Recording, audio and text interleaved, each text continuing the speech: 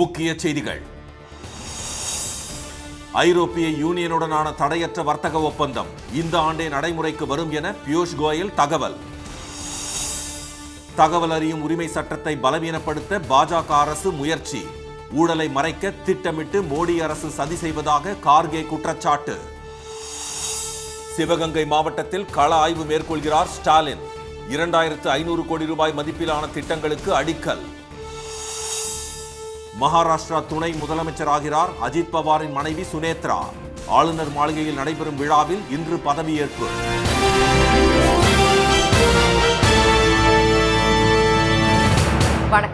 வணக்கம். ஐரோப்பிய யூனியனுடனான தடையற்ற வர்த்தக ஒப்பந்தம் இந்த ஆண்டே நடைமுறைக்கு வரும் என்று மத்திய வர்த்தக அமைச்சர் திரு பியூஷ் கோயல் தெரிவித்துள்ளார். இந்திய பொருட்களுக்கு 50% ட்ரம்ப் வரி விதித்ததால் இந்திய ஏற்றுமதியாளர்கள் சிரமத்திற்கு உள்ளாகியுள்ளனர். இந்நிலையில் 18 ஆண்டுகளாக இந்தியாவுக்கும் ஐரோப்பிய ஒன்றிய நாடுகளுக்கும் இடையே நடைபெற்று வந்த தடையற்ற வர்த்தக ஒப்பந்தம் கடந்த 27ஆம் தேதி இறுதி வடிவம் பெற்றது. இந்தியா வந்த ஐரோப்பிய கவுன்சில் தலைவர் ஆண்டோனியா கோஸ்டா, ஐரோப்பிய ஆணைய தலைவர் உர்சுலா ஃபான் டெர் லயன், பிரதமர் திரு மோடி முன்னிலையில் இந்த ஒப்பந்தம் கையெழுத்தானது. இதன் மூலம் ஐரோப்பிய ஒன்றியத்தில் உள்ள 27 நாடுகளுடன் இந்தியா தடையற்ற வர்த்தகம் செய்ய முடியும். இந்நிலையில் கிரேட்டர் நொய்டாவில் நடைபெற்ற நிகழ்ச்சி ஒன்றில் பேசிய திரு பியூஷ் கோயல், கடந்த 4 ஆண்டுகளில் 8 சுதந்திர வர்த்தக ஒப்பந்தங்களில் இந்தியா கையெழுத்திட்டுள்ளது என்றும் இது உலக பொருளாதாரத்துடனான நாட்டின் ஈடுபாட்டில் ஒரு அடிப்படை மாற்றத்தை பிரதிபலிக்கிறது என்றும் கூறினார். முக்கியமான கனிமங்களை அணுகுவதை பாதுகாக்க உதவும் வகையில் சிலியுடன் இந்தியா விரைவில் ஒரு சுதந்திர வர்த்தக ஒப்பந்தத்தை முடிக்கும் என்று அவர் தெரிவித்தார். பின்னர் செய்தியாளர்களிடம் பேசிய திரு பியூஷ் கோயல், ஐரோப்பிய ஒன்றியத்துடனான தடையற்ற வர்த்தக ஒப்பந்தம் இந்த ஆண்டே நடைமுறைக்கு வரவுள்ளதாக கூறினார். ஐரோப்பிய ஒன்றியத்துடனான வர்த்தக ஒப்பந்தம் அமெரிக்காவுக்கு ஒரு அரசியல் செய்தியை அனுப்பியுள்ளதாக கூறினாலும் இந்தியாவுக்கு அதன் வளர்ச்சிதான் முக்கியம் என்று அவர் தெரிவித்தார். இந்தியாவை ஆதரிக்கும் வளர்ந்த நாடுகளுடன் மட்டுமே தடையற்ற வர்த்தக ஒப்பந்தம் மேற்கொண்டுள்ளதாகவும் இதனால் இது ஆசியன் தலைமையிலான RCEP உடன் செய்யப்பட்டுள்ள ஒப்பந்தங்களை மறுபரிசீலனை செய்வது என்ற பேச்சுக்கே இடமில்லை என்றும் திரு பியூஷ் கோயல் கூறினார். இதனிடையே ஐரோப்பிய ஒன்றியத்துடனான ஒப்பந்தத்தில் மருத்துவ சிகிச்சை, மருந்துகள், காப்புரிமை குறித்து தெளிவான தகவல்கள் இல்லை என்று சுகாதார உரிமை நடவடிக்கைகள் குழு கூறியுள்ளது. எனவே ஒப்பந்தம் குறித்த விவரங்களை முழுமையாக வெளியிட வேண்டும் என்று அந்த குழு வலியுறுத்தியுள்ளது.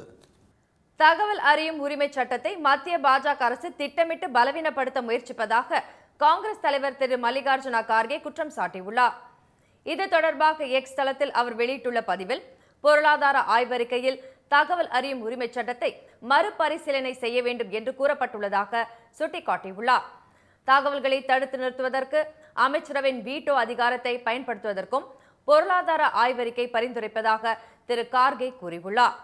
மேலும் அரசு அதிகாரிகளின் பொது சேவை பதிவுகள், இடமாற்றங்கள், பணியாளர் அறிக்கைகளை பொதுமக்களின் ஆய்வுகளில் இருந்து பாதுகாப்பதற்கான சாத்தியக்கூறுகளை ஆராயவும் அது விரும்புவதாக அவர் தெரிவித்துள்ளார். திரு மோடி தலைமையிலான அரசு 2019ஆம் ஆண்டு தகவல் அறியும் உரிமை சட்டத்தை சிதைத்து தகவல் ஆணையர்களின் பதவிக்காலம் மற்றும் ஊதியத்தின் மீதான கட்டுப்பாட்டை கைப்பற்றியதாகவும் சுதந்திரமான கண்காணிப்பு அமைப்புகளை அரசுக்கு அடிபணிந்த சேவகர்களாக மாற்றியதாகவும் திரு கார்கே குற்றம் சாட்டியுள்ளார். 2025ஆம் ஆண்டு வரை 26,000 தகவல் அறியும் உரிமை சட்ட வழக்குகள் நிலுவையில் உள்ளதாக குறிப்பிட்டுள்ள அவர், 2023ஆம் ஆண்டின் டிஜிட்டல் தனிநபர் தரவு பாதுகாப்பு சட்டம் தகவல் அறியும் உரிமை சட்டத்தின் பொதுநலன் பிரிவை செயலிழக்க செய்து ஊழலை மறைக்கவும் ஆய்வுகளை தடுக்கவும் தனி உரிமையை ஒரு ஆயுதமாக பயன்படுத்துவதாக புகார் தெரிவித்துள்ளார். இவ்வாறு தகவல் அறியும் உரிமை சட்டத்தை திரு மோடி அரசு தொடர்ந்து பலவீனப்படுத்தி வருவதாக திரு கார்கே குற்றம் சாட்டியுள்ளார்.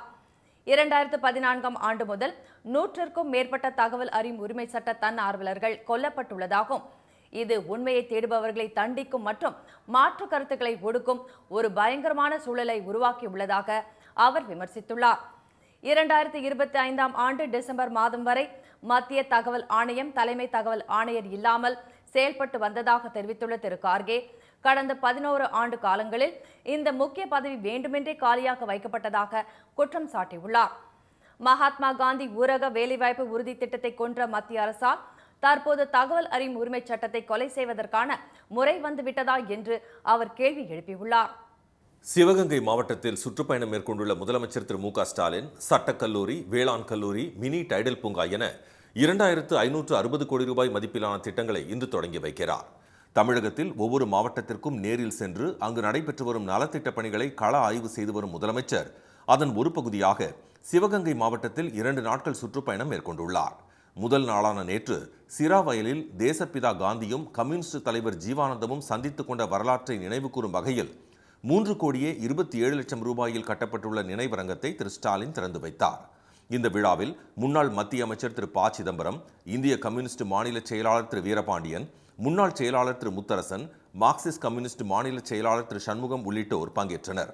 பின்னர் குன்றக்குடி அடிகளாரின் 100ஆண்டு விழாவை ஒட்டி குன்றக்குடியில் நடைபெற்ற அரசு விழாவில் பங்கேற்ற திரு ஸ்டாலின் குன்றக்குடி அடிகளாரின் உருவச்சிலைக்கு மாலை அணிவித்து மரியாதை செலுத்தினார். அப்போது குன்றக்குடி பொன்னம்பல அடிகளார் முதலமைச்சருக்கு வெள்ளி செங்கோலை பரிசளித்தார். இதையடுத்து காரைக்குடி அடுத்த கழனி வாசலில் திராவிட இயக்கத்தின் முன்னோடி கவிஞர் வீரகவி முடி அரசனாரின் உருவச்சிலை மற்றும் மண்டபத்தை திரு ஸ்டாலின் திறந்து வைத்தார். இந்நிலையில் சிவகங்கை மாவட்டத்தில் இன்று நடைபெறும் அரசு நிகழ்ச்சியில் பங்கேற்கும் முதலமைச்சர் கழனி வாசலில் 100 கோடி ரூபாயில் கட்டப்பட்டுள்ள சட்டக்கல்லூரி, 32 கோடி ரூபாயில் கட்டப்பட்டுள்ள மினி டைடல் பூங்கா, கானாடு காத்தானில் 62 கோடியில் அமைக்கப்பட்டுள்ள செட்டிநாடு வேளாண் கல்லூரி ஆகியவற்றை திறந்து வைக்கிறார். அத்துடன் 13 கோடி ரூபாய் மதிப்பிலான 28 திட்டங்களுக்கு அடிக்கல் நாட்டி 15,500 பயனாளிகளுக்கு நலத்திட்ட உதவிகளையும் திரு ஸ்டாலின் வழங்க உள்ளார். மகாராஷ்டிர துணை முதலமைச்சராக மறைந்த அஜித் பவாரின் மனைவி சுனேத்ரா இன்று பதவியேற்கிறார். திரு தேவேந்திர பட்னவிஸ் தலைமையிலான பாஜக கூட்டணி அமைச்சரவையில் துணை முதலமைச்சராக தேசியவாத காங்கிரஸ் கட்சியின் தலைவர் அஜித் பவார் பதவி வகித்தார்.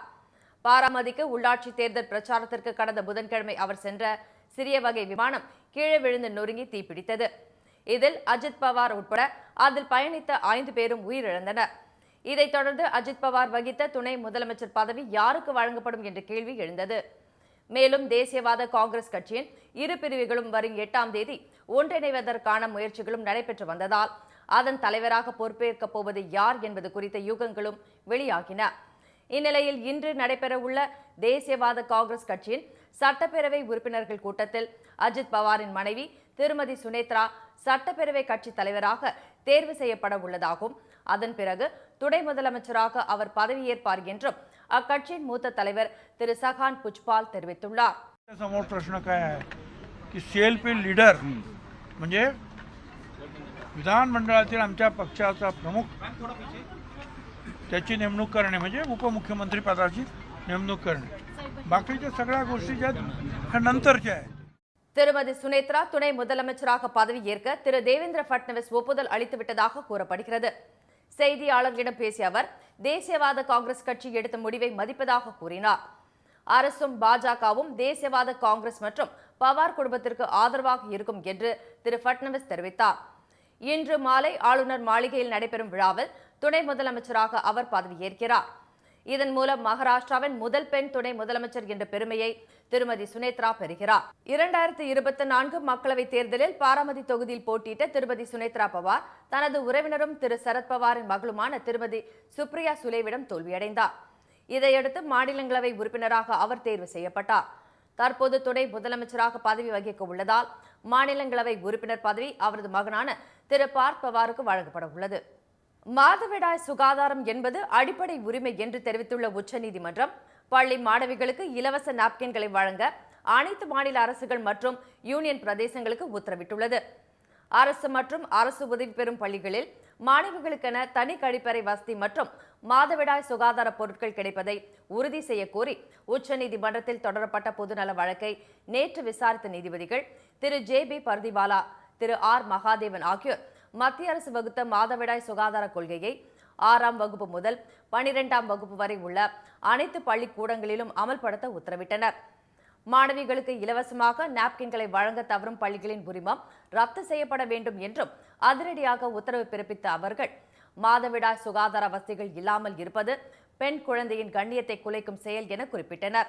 தனி நபரின் அந்தரங்கத்தை பாதுகாக்கும் கடமை அரசிற்கும் உள்ளதாக சுட்டிக்காட்டிய உச்சநீதிமன்ற நீதிபதிகள் அனைத்து மாணவிகளுக்கும் இலவச நாப்கின் வழங்க வேண்டும் என்ற உத்தரவு வெறும் சட்ட ஆவணம் மட்டும் அல்ல என்றும் இது ஒரு சமூக விழிப்புணர்விற்கான அறைகூவல் என்றும் கூறினர். அனைத்து பள்ளிகளிலும் மாணவர்களுக்கும் மாணவிகளுக்கும் தனித்தனி கழிப்பறைகள் இருப்பதை அனைத்து மாநில மற்றும் யூனியன் பிரதேச அரசுகள் உறுதிப்படுத்த வேண்டும் என்ற நீதிபதிகள் கழிப்பறைகள் மற்றும் சானிட்டரி பேட்கள் வழங்குவதை உறுதிப்படுத்த அரசாங்கங்கள் பொறுப்பேற்க வேண்டும் என்றும் உத்தரவிட்டு வழக்கை ஒத்திவைத்தனர். உத்தராகண்ட் மாநிலத்தில் மதமாற்ற தடை சட்டத்தின் கீழ் தொடரப்பட்ட 5 வழக்குகளில் குற்றம் சாட்டப்பட்ட அனைவரும் நீதிமன்றத்தால் விடுதலை செய்யப்பட்டுள்ளது தெரியவந்துள்ளது. அம்மாநிலத்தில் பாஜக அரசு 2018ஆம் ஆண்டு மதமாற்ற தடை சட்டத்தை கொண்டு வந்தது. உத்தரகாண்ட் மத சுதந்திர சட்டம் என்ற இச்சட்டத்தின் கீழ் கடந்த மாதம் வரை 62 வழக்குகளை காவல்துறையினர் பதிவு செய்துள்ளனர். கடந்த ஆண்டு செப்டம்பர் மாதம் வரையான நீதிமன்ற ஆவணங்களின்படி 51 வழக்குகளில் 5 வழக்குகளில் மட்டுமே விசாரணை முழுமையாக முடிவடைந்துள்ளது. அந்த 5 வழக்குகளிலும் குற்றம் சாட்டப்பட்ட அனைவரும் விடுதலை செய்யப்பட்டுள்ளனர். ஒரு வழக்கில் பெற்றோர் சம்மதத்துடன் காதல் மணம் செய்து கொண்ட தம்பதி மணமகள் இஸ்லாமுக்கு மாறமாட்டார் என உறுதிப்பத்திரம் அளித்தும் கணவர் மதமாற்ற தடை சட்டத்தின் கீழ் கைது செய்யப்பட்டு 6 மாதம் சிறையில் அடைக்கப்பட்டார். கடந்த ஆண்டு மே மாதம் அவருக்கு ஜாமீன் வழங்கிய உச்சநீதிமன்றம் வெவ்வேறு மதங்களை சேர்ந்தவர்கள் பெற்றோர் சம்மதத்துடன் திருமணம் செய்வதை மாநில அரசு எதிர்க்கவோ தடை விதிக்கவோ முடியாது என்று குறிப்பிட்டது. புகார் கொடுத்தவர்களே முரண்பட்டது, குற்றச்சாட்டை உறுதிப்படுத்த முடியாதது உள்ளிட்ட காரணங்களால் 7 வழக்குகள் தள்ளுபடி செய்யப்பட்டன. மீதம் உள்ள 32 வழக்குகளில் 12 வழக்குகளில் குற்றம் சாட்டப்பட்டவர்களுக்கு உரிய நடைமுறைகளை பின்பற்றாதது, மாறுபட்ட வாக்குமூலங்கள் உள்ளிட்ட காரணங்களின் அடிப்படையில் ஜாமீன் வழங்கப்பட்டுள்ளது.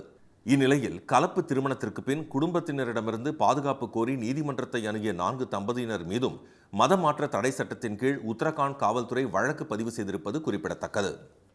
முதலமைச்சர் வேட்பாளராக தம்மை திரு அமித்ஷாவை அறிவித்துள்ளதாக முன்னாள் முதலமைச்சரும் அதிமுக பொதுச் செயலாளருமான எடப்பாடி திரு பழனிசாமி தெரிவித்துள்ளார். சென்னை எம்ஜிஆர் நகர் மார்க்கெட் பகுதியில் நேற்று நடைபெற்ற பொதுக்கூட்டத்தில் பங்கேற்ற அவர், முந்தைய அதிமுக ஆட்சியில் 6 புதிய மாவட்டங்கள், 7 சட்டக் கல்லூரிகள், 21 பாலிடெக்னிக் கல்லூரிகள், 68 கலை அறிவியல் கல்லூரிகள், 5 கால்நடை மருத்துவ பூங்கா என உயர்கல்வித்துறையில் சாதனை படைத்ததாக கூறினார். ஆனால் மக்களுக்கான எந்த பெரிய திட்டத்தையும் திமுக கொண்டு வரவில்லை என்று எடப்பாடி திரு பழனிசாமி குற்றம் சாட்டியுள்ளார். சட்டமன்ற தேர்தல் குறித்து பேசிய அவர், தன்னை முதலமைச்சர் வேட்பாளராக அமித்ஷா அறிவித்துள்ளதாகவும் என்டிஏ கூட்டணிக்கு தமிழ்நாட்டில் அதிமுகவை தலைமை தாங்கும் என்றார். உள்துறை அமைச்சர் திரு அமித்ஷா அவர்கள் இங்கே வந்தார், பேச்சுவார்த்தை நடத்தணும், உடனடியாக அறிவிக்கப்பட்டது. அந்த அறிவிப்பில் தெளிவாக சொன்னார், அண்ணா திமுக பாரதிய ஜனதா கூட்டணி அமைக்கப்படும், அண்ணா திமுக என்டிஏ கூட்டணி அமைத்து விட்டோம், எங்கள் கூட்டணிக்கு அனைத்து இந்திய அண்ணா திராவிட முன்னேற்ற கழகம் தலைமை தாங்கும், அண்ணா திமுக ஆட்சி அமைக்கும், எங்களுடைய கூட்டணி கட்சி வேட்பாளர் இபிஎஸ் என்று அப்பொழுதே தெளிவுபடுத்தினோம். இது கூட்டணியுடைய வரலாறு.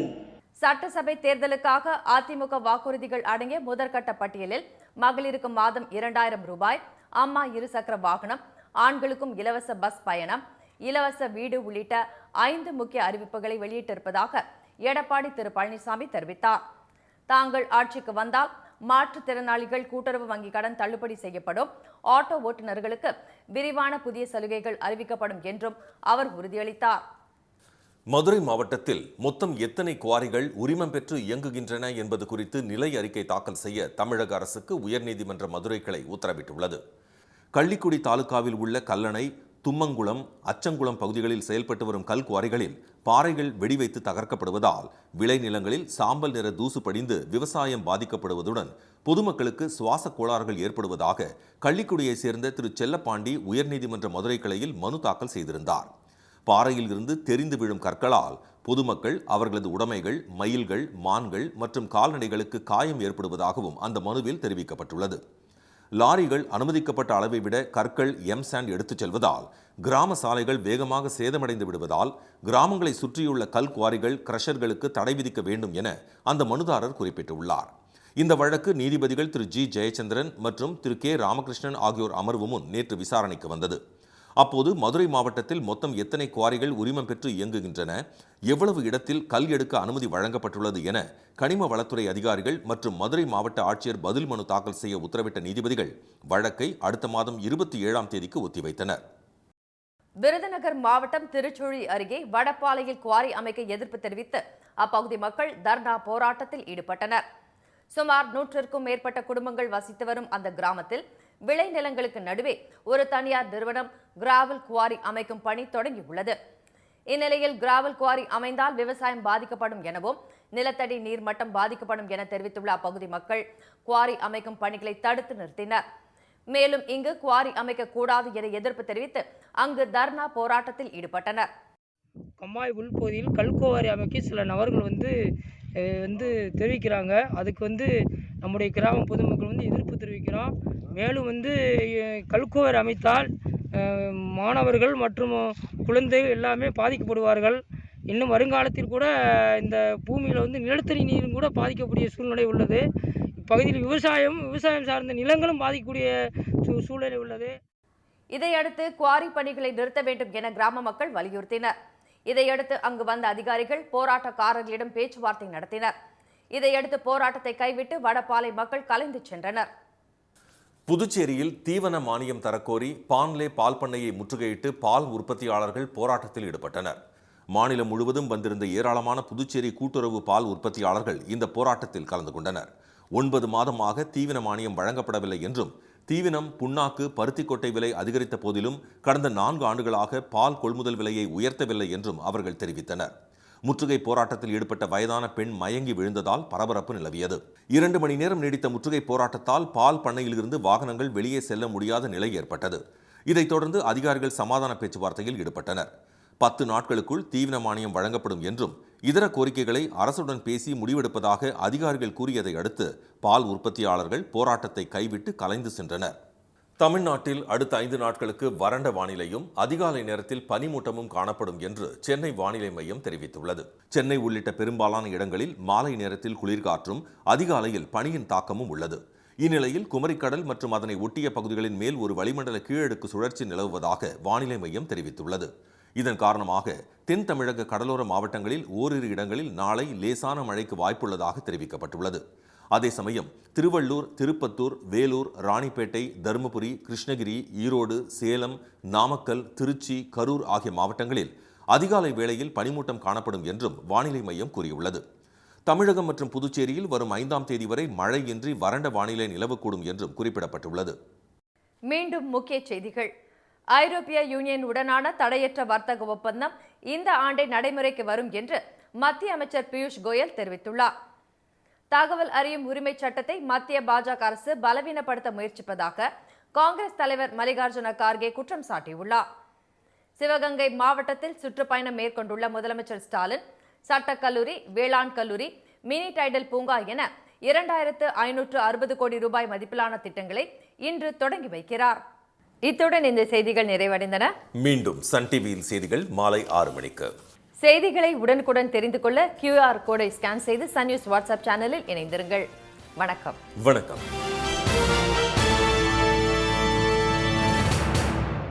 உடனுக்குடன் செய்திகளை தெரிந்து கொள்ள சன் நியூஸ் பெல் ஐகானை கிளிக் பண்ணுங்க.